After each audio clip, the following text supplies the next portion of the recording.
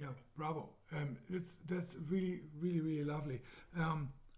So to work something like that out, and this is not really directed at your performance, but just in general for the listeners, um,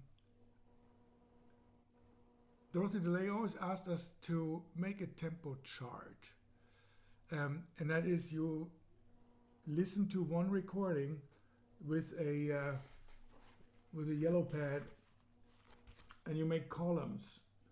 And so you listen to one violinist, and you try to clock as good as you can with a metronome the tempos that they take and the tempo changes that happen.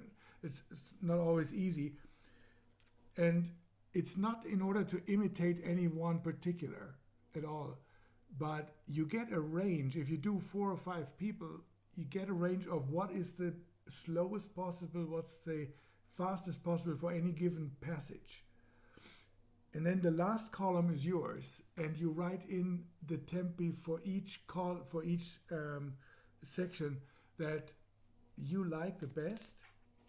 And I know this is not a lecture. I know Casey does that all the time.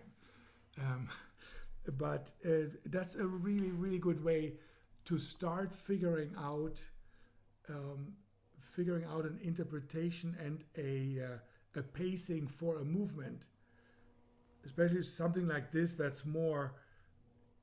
is so flexible with the tempos.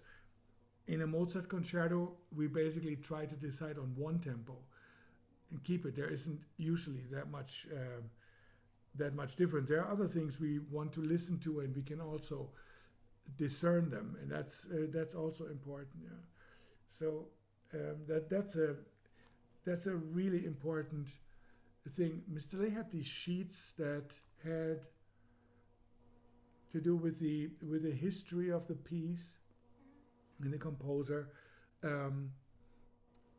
and all the things you needed to study. Then came the technical parts, then came the ensemble stuff, and so on.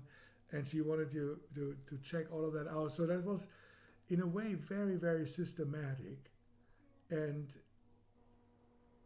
that is a very, very good way to teach somebody to become self-reliant.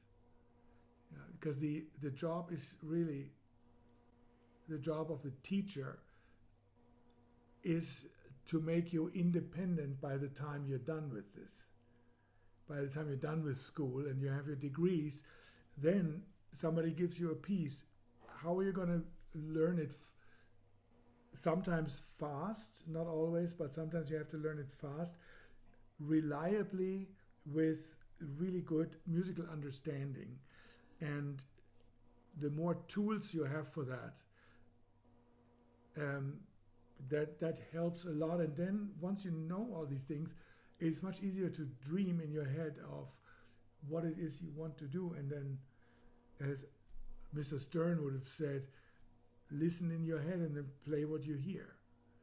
You know, that's the ultimate goal, and not to have any barriers between the imagination and what comes out of the violin.